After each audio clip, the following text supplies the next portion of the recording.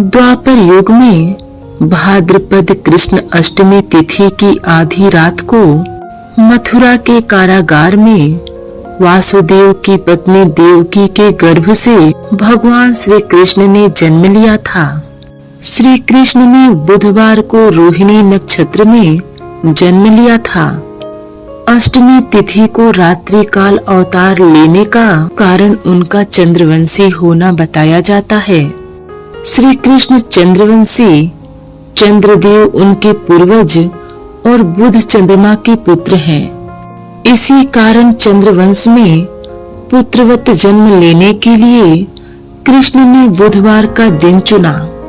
भगवान कृष्ण ने माता देवकी के 8वें संतान के रूप में जन्म लिया था। श्री कृष्ण का जन्म मथुरा में मामा कंस के कारागार में हुआ था।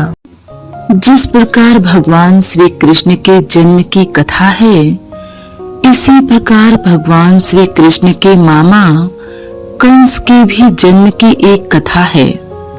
पुराणों के अनुसार माथुर क्षेत्र में एक मथुरा नगरी थी और वहां के राजा थे महाराज उग्रसेन, जो कि यदुवंशी राजा थे।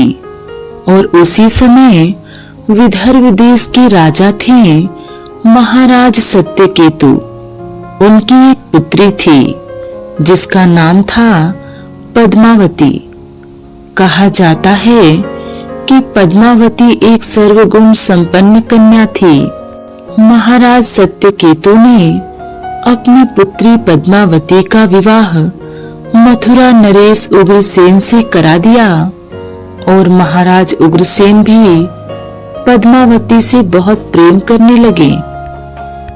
यहाँ तक कि वे पद्मावती के बिना भोजन तक ग्रहण नहीं करते थे। कुछ समय के पश्चात महाराज सत्यकेतु को अपनी बेटी पद्मावती की याद आने लगी और उन्होंने अपनी पुत्री को कुछ दिनों के लिए मायके बुलाने हेतु एक दूत को महाराज उग्रसेन के पास भेजा। उस दूत ने महाराज उग्रसेन की कुशल क्षेम पूछी और फिर अपने महाराज सत्यकेतु की मन स्थिति के बारे में महाराज उग्रसेन को बताया। तब महाराज उग्रसेन ने उनकी इस प्रार्थना को स्वीकार करते हुए अपनी प्रिय पत्नी को अपने पिता के पास जाने हेतु सहमति प्रदान की और पद्मावती अपने पिता के घर चली गई। एक दिन पद्मावती अपने मनोरंजन हेतु पर्वत पर घूमने चली गई। वहां तलहटी में सुंदर सा वन था और तालाब भी। उस तालाब का नाम था सर्वतोभद्रा।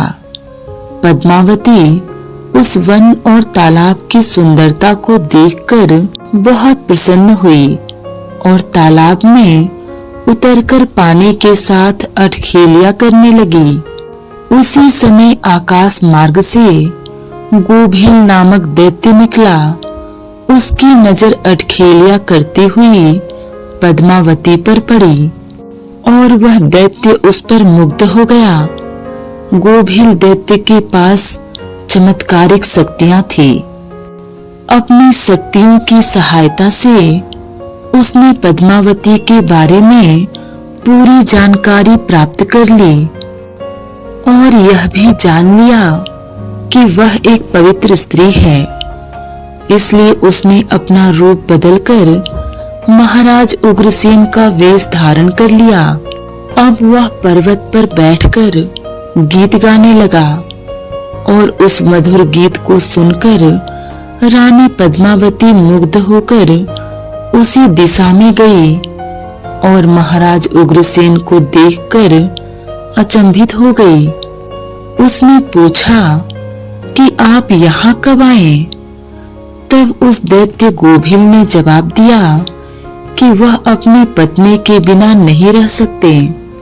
तब पद्मावती उस दैत्य के करीब पहुंची और प्रेम करते समय उसकी नजर उस दैत्य के शरीर पर बने एक निशान के ऊपर पड़ी। जो महाराज उग्रसेन के शरीर पर नहीं था। और तब उसने जब उससे पूछा तो पता चला कि वह एक दैत्य है। तब उस गोभिल दैत्य ने कहा कि उन दोनों के इस प्रकार मिलन से जो पुत्र जन्म लेगा वो तीनों लोकों में त्राही मचा देगा और लोग उसके अत्याचारों से बहुत दुखी होंगे।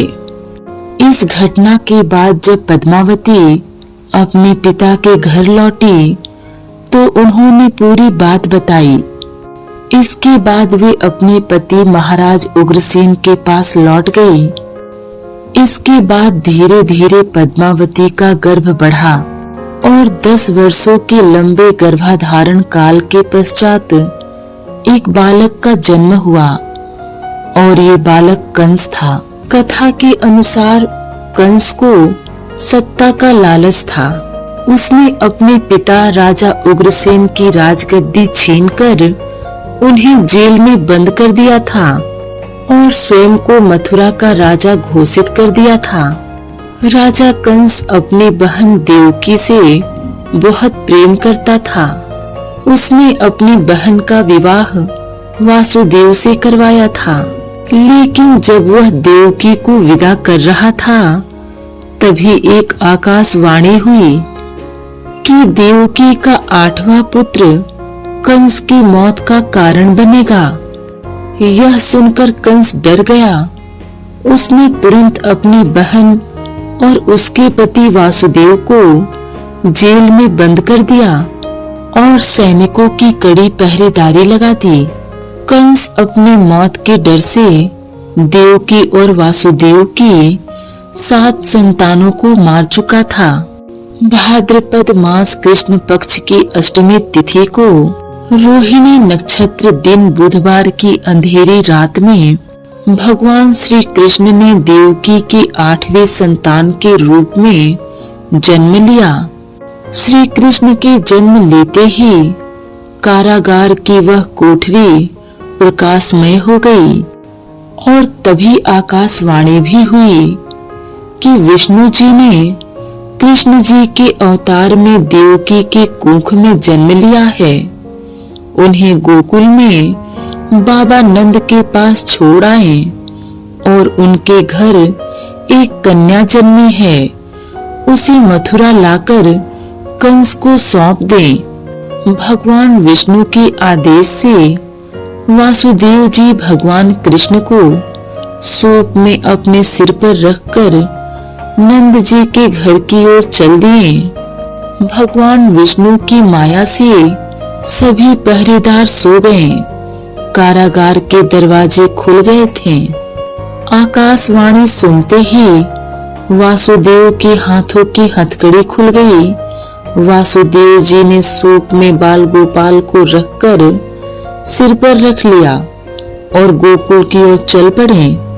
वासुदेव भगवान कृष्ण को लेकर नंद जी के यहाँ सकुशल पहुँच गए और वहां से उनकी नवजात कन्या को लेकर वापस आ गए।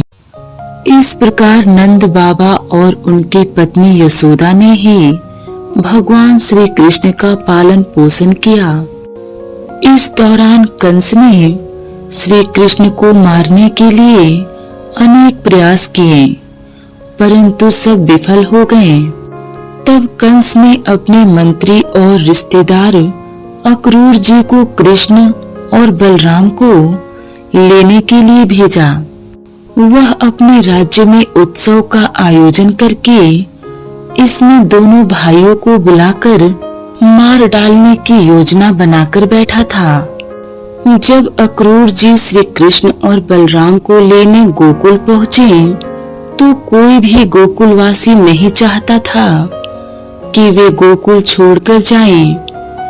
तब भगवान श्री कृष्ण ने उन्हें समझाया कि यह उनके जीवन का एक महत्वपूर्ण चरण है। इस प्रकार गोकुल वासियों को समझाने के बाद अक्रूर जी के साथ वो दोनों भाई कंस के राज्य में आ गए। श्री कृष्ण और बलराम जी के मथुरा पहुंचने पर कंस ने योजना अनुसार एक मदमस्त और पागल हाथी को दोनों भाइयों पर छोड़ दिया। वह हाथी श्री कृष्ण और बलराम की ओर दौड़ पड़ा और मार्ग में आने वाली हर वस्तु को नष्ट कर दिया। तब श्री कृष्ण अपने रथ से उतरे और अपनी तलवार से उस हाथी की सूंड काट दी। इससे उस हाथी की मृत्यु हो गई। इसके बाद श्री कृष्ण उस स्थान पर गए जहां कंस ने अपने कूटनीतिपूर्ण मल्ल युद्ध का आयोजन किया था। वहां कंस ने दोनों भाइयों को मल्ल युद्ध हेतु ललकारा। इस युद्ध में हार का अर्थ था मृत्यु और इसमें कंस की ओर से राक्षसों के कुशल योद्धा मुस्तिक और चाणूर मल्ल युद्ध में हिस्सा ले रहे थे। इनमें से मुस्तिक पर बलराम जी ने मल्ल प्रहार करना आरंभ किया और चाणूर पर भगवान श्री कृष्ण ने, और कुछ ही समय पश्चात मुस्तिक और चाणूर की मृत्यु हो गई। कंस ये घटना देखकर हैरान था। तभी श्री कृष्ण ने कंस को ललकारा कि हे कंस मामा, अब आपके पापों का घड़ा भर चुका है और आपकी मृत्यु का समय आ गया है। यह सुनते ही वहां उपस्थित सभी लोगों ने चिल्लाना शुरू किया कि कंस को मार डालो, क्योंकि वे सब भी कंस के अत्याचारों से दुखी थे। कंस वहां से अपनी जान बचाकर भागना चाहता था, परंतु वो ऐसा कर नहीं पाया। तब श्री कृष्ण ने उस पर प्रहार किए और उसे अपने अत्याचारों की याद दिलाने लगे कि कैसे उसने मासूम बच्चों की हत्याएं की, कृष्ण की माता देवकी और पिता वासुदेव जी को बंदी बनाकर रखा, उनकी संतानों की हत्या की। भगवान श्री कृष्ण ने अपने सुदर्शन चक्र से कंस के सर को धड़ से अलग कर दिया। इस प्रकार कंस के अन्यायों का दमन करते हुए उसका वध कर दिया।